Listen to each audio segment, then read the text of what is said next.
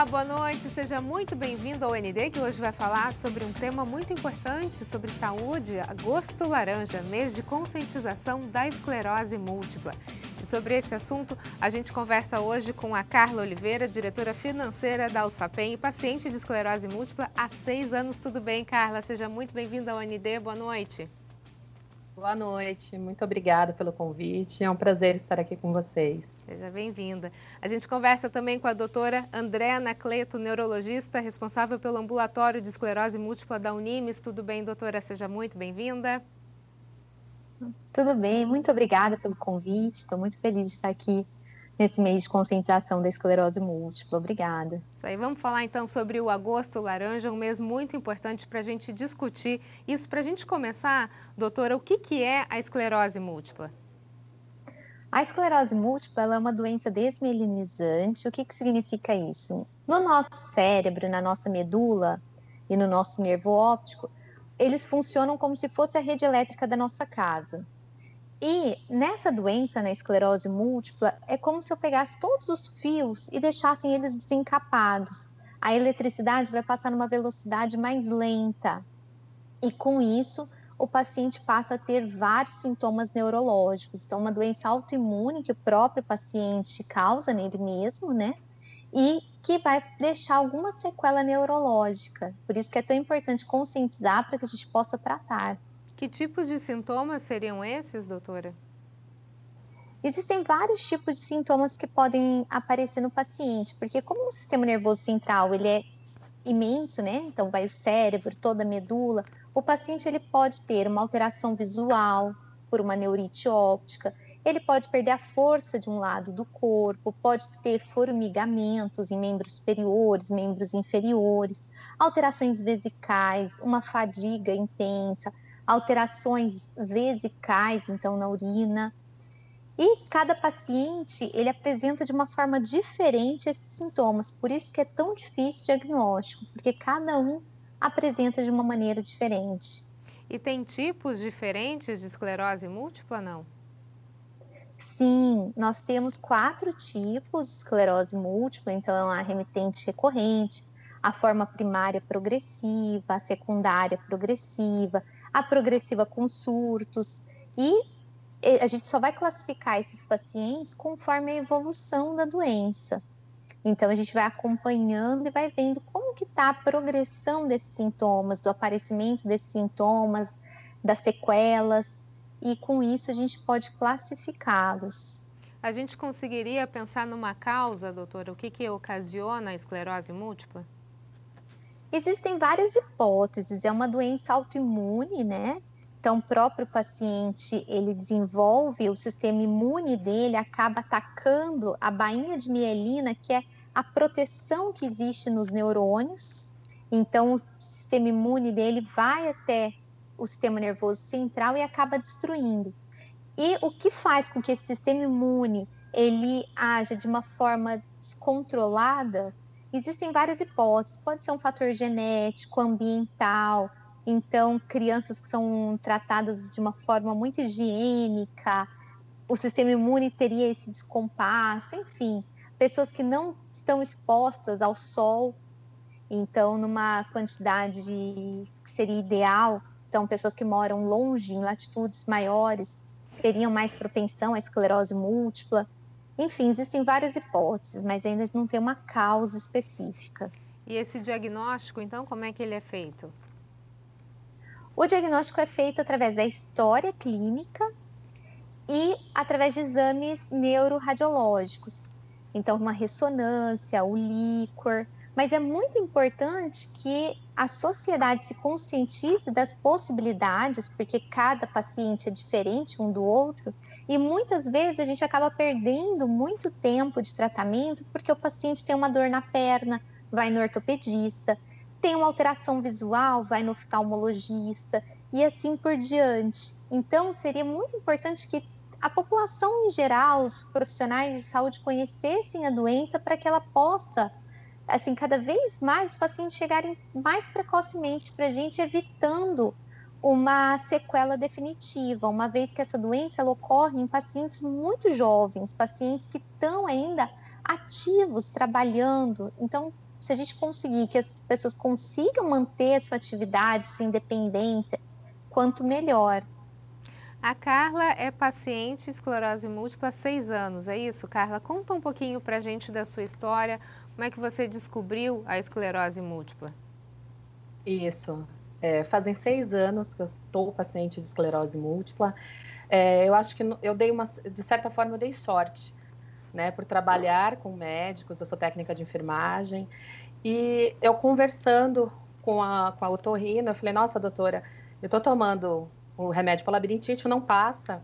E aí ela pediu o exame da labirintite que eu nunca tinha feito.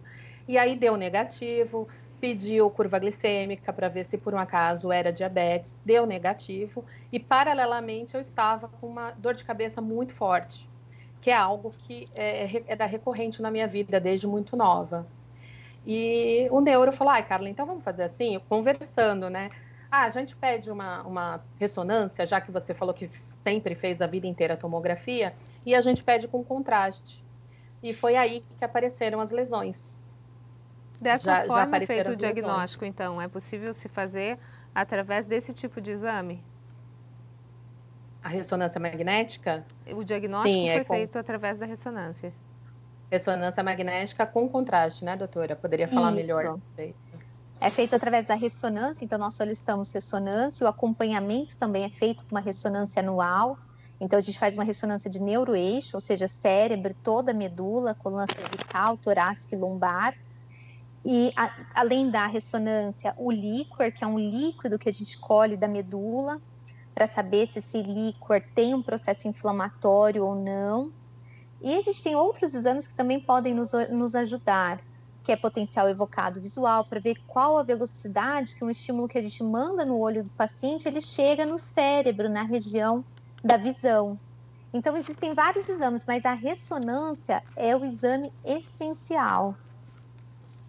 Para a gente entender isso. A gente vai para um rápido intervalo, então, e na sequência a gente fala um pouquinho mais sobre o mês Agosto Laranja, o mês de conscientização da esclerose múltipla. Se você está pensando em vender o seu carro de forma rápida, fácil e segura, você precisa conhecer a Carlance. A Carlance é uma nova plataforma de anúncios de veículos que acaba de chegar na região. Por que ela é diferente do que existe por aí? Porque ela é a única que anuncia o seu carro para revendedores de todo o Brasil que durante 72 horas passam a disputar ofertas no seu carro. Você anuncia grátis e só paga uma taxa de R$ 250 se você aceitar uma oferta e se a venda for concretizada. Acesse www.carlance.com.br, cadastre seu veículo e acompanhe online os lances que seu carro vai receber nessas 72 horas. Por que a Carlance é segura? O negócio só é concretizado na sede da Carlance, na rua Visconde do Imbaré, número 230, no edifício Wave Office, em Santos. Lá, vendedor e comprador fecham um negócio se o veículo estiver ok. Aí é só receber o dinheiro e, como em toda a venda de carro, fazer a vistoria obrigatória e a transferência no cartório. carlance.com.br. Experimente uma nova forma de vender o seu carro.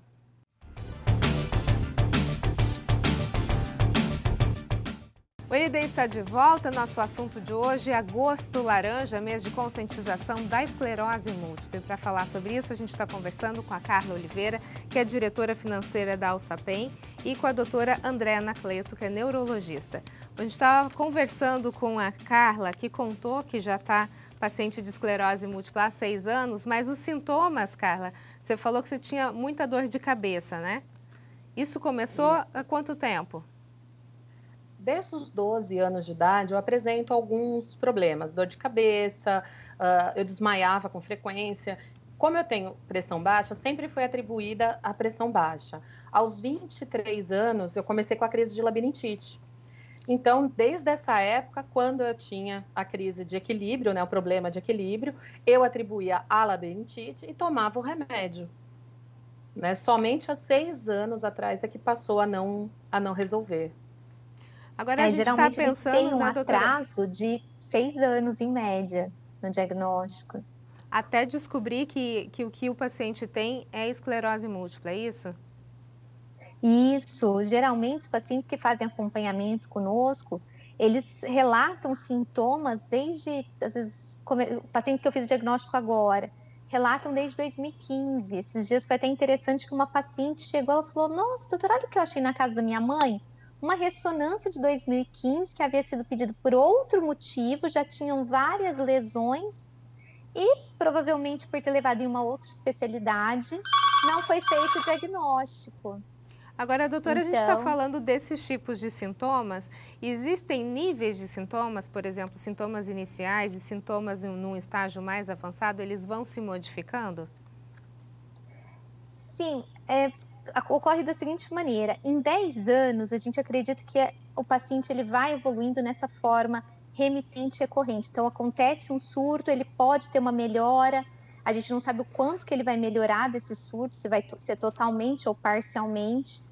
Mas depois de 10 anos, dependendo, antes a gente não tinha tantos tratamentos, os pacientes geralmente evoluíam para uma forma progressiva, em que ele vai relatando uma piora progressiva sem surtos. Então, não é que ele teve um surto, piorou, melhorou, ele vai piorando, piorando, piorando. Graças a Deus, hoje nós temos muitas medicações para que isso não ocorra mais. E as medicações são medicações muito caras, são fornecidas pelo SUS, então por isso que é muito importante que passe num centro ou passe com o seu neurologista, enfim, para fazer o diagnóstico e já iniciar o tratamento.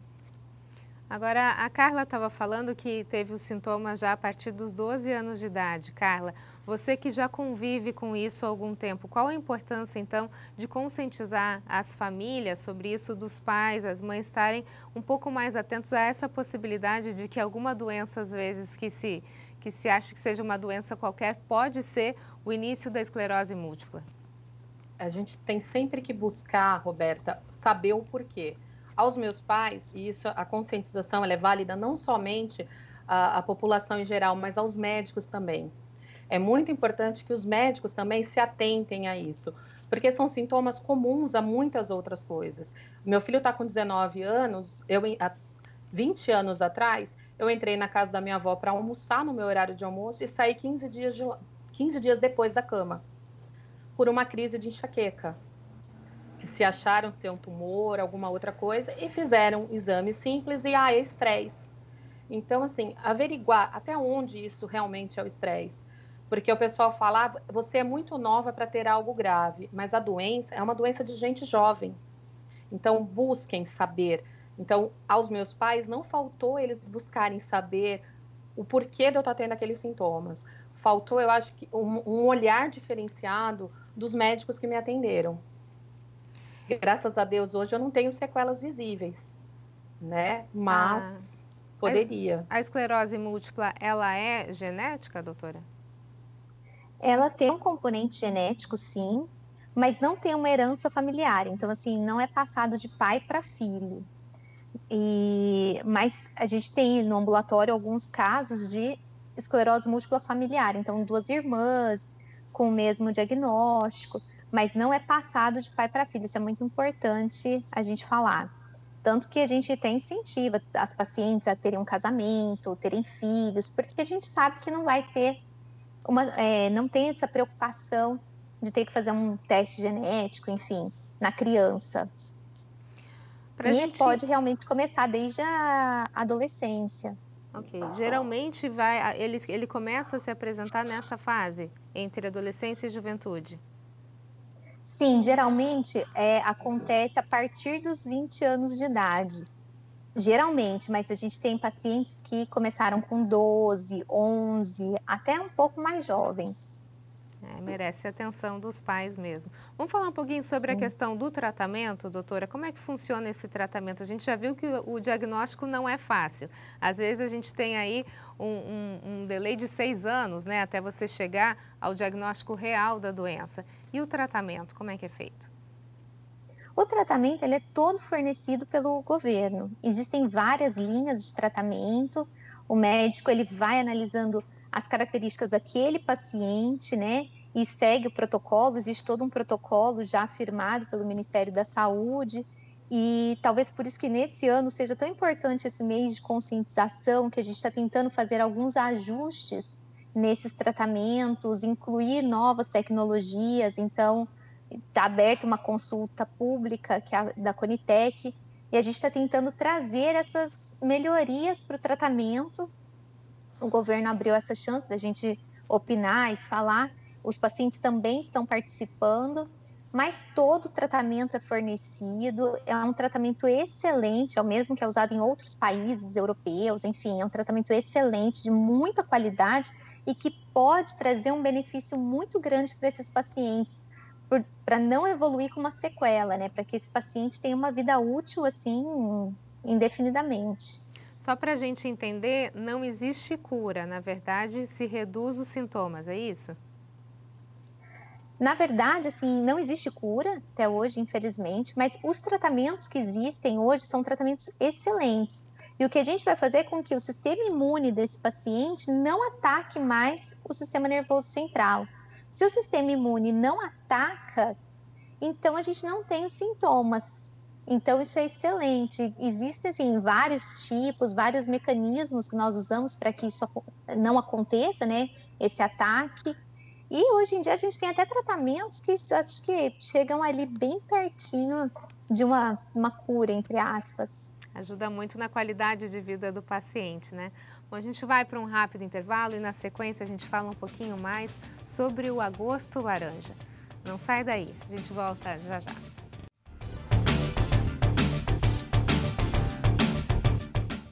O ND está de volta. Nosso assunto de hoje é agosto laranja, mês de conscientização da esclerose múltipla. E sobre isso a gente está conversando com a Carla Oliveira, diretora financeira da Alsapem, e com a doutora Andréa Anacleto, neurologista.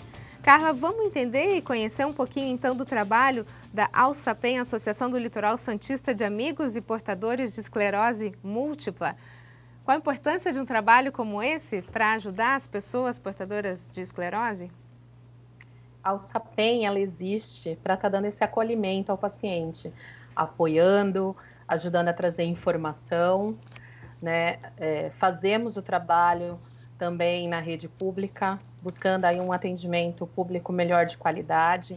É importante a união das 9 cidades aqui na Baixada Santista. A gente busca essa integração, né? A gente tem duas médicas que atendem os pacientes via SUS, doutora Andréa, doutora Rosana, doutora Andréa na Unimes, doutora Rosana na Santa Casa, mas a gente precisa buscar algumas outras coisas, né? Um hospital de referência, isso é muito importante ao paciente, não só esse acolhimento, dar todo esse suporte. E a Alsapem, ela busca fazer isso. Hoje estamos atuando de maneira online, né, através do YouTube, então todo o agosto laranja, todos os nossos encontros está sendo online. Mas, né, no presencial, seriam reuniões mensais que nós temos, além do grupo de apoio ao familiar e ao paciente, grupos separados, e todos os eventos inclusivos que é possível estar fazendo, né, fora a pandemia. Esse apoio psicológico que você está falando, esse apoio familiar é indispensável num momento como esse, né? Principalmente quando se descobre a doença. Sim, é importante demais. Quando os pacientes chegam, e isso eles têm sentido muita falta, os mais antigos inclusive falam, da importância de chegar no encontro, né, lá nas reuniões, de chegar e poder receber o abraço, coisa que agora nesse momento está sendo só um abraço virtual. E a gente sentiu essa necessidade. O grupo de apoio ao familiar foi o primeiro a existir, com a psicóloga Thaís Santos, quem criou, e ela que está dando esse prosseguimento. É o grupo de apoio ao familiar, então todos os familiares se reúnem, o paciente não pode entrar. E esse ano estaríamos dando início agora ao grupo de apoio ao paciente. Então, além deles fazerem as terapias individuais, né, que eles podem estar fazendo, eles também têm esse suporte no grupo. Quem quiser participar, então, Carla, é só acessar as redes sociais? Como é que faz? Pode acessar as nossas redes sociais, Facebook, Instagram, no YouTube também da Alsapem, ou no site alsapem.org. Tem todo o contato e as redes sociais também, para poder entrar. Doutora Andréa, para a gente finalizar, então, essa questão do agosto laranja, mês de conscientização da esclerose múltipla, quem tem esse diagnóstico de esclerose múltipla precisa mudar algum tipo de hábitos alimentares, por exemplo? Sempre oriento que sim, tem que mudar sim para um hábito mais saudável, mas não teria necessidade, assim, a gente não tem nenhuma regra, tirar glúten, eu só oriento que o paciente tem que Descascar e não desembalar. Quando ele descasca, ele está indo pelo caminho certo. Então, essa é a única orientação. O restante, vida normal, uma vida saudável, com exercício físico, enfim. E com o suporte que a Alçapem dá de uma forma fantástica. Essa questão do descascar, ao invés de desembalar, eu acho que serve para qualquer tipo de doença, né, doutora? A gente Com fala certeza, de saúde. Principalmente para as doenças autoimunes. Sim. E para a gente finalizar, então, falando em relação à Covid-19, quem tem esclerose múltipla corre um risco maior de ter complicações se contrair a Covid-19? Inicialmente, nós acreditávamos que sim, porque são pacientes imunossuprimidos. Hoje, graças a Deus, acho que com todo o suporte do médico e de toda a sociedade, enfim, por a gente ter afastado esses pacientes, os riscos diminuíram bastante. E como as complicações ocorrem também por uma resposta imune, inflamatória, as medicações acabam protegendo de fases piores da COVID. Mas é claro que pela imunossupressão, o paciente está mais sujeito a ter a infecção. Mas graças a Deus, assim, não necessariamente uma complicação para todos os pacientes. Isso foi uma coisa boa. Ok. Doutora Andréa, muito obrigada pelas suas informações, pela sua participação. Uma boa noite para você. Eu que agradeço. Boa noite. Carla, também muito obrigada. Sucesso aí nesse trabalho tão bonito que você faz. Muito obrigada. Obrigada, Roberto. Obrigada a todos pelo convite. Estar aqui falando sobre a Alçapem, representando toda a família Alçapem. Muito obrigada. Boa noite a todos. Boa noite. O ND fica por aqui. Uma ótima noite para você. Fique agora com o Jornal da Band. A gente se vê. Um abraço. Até mais.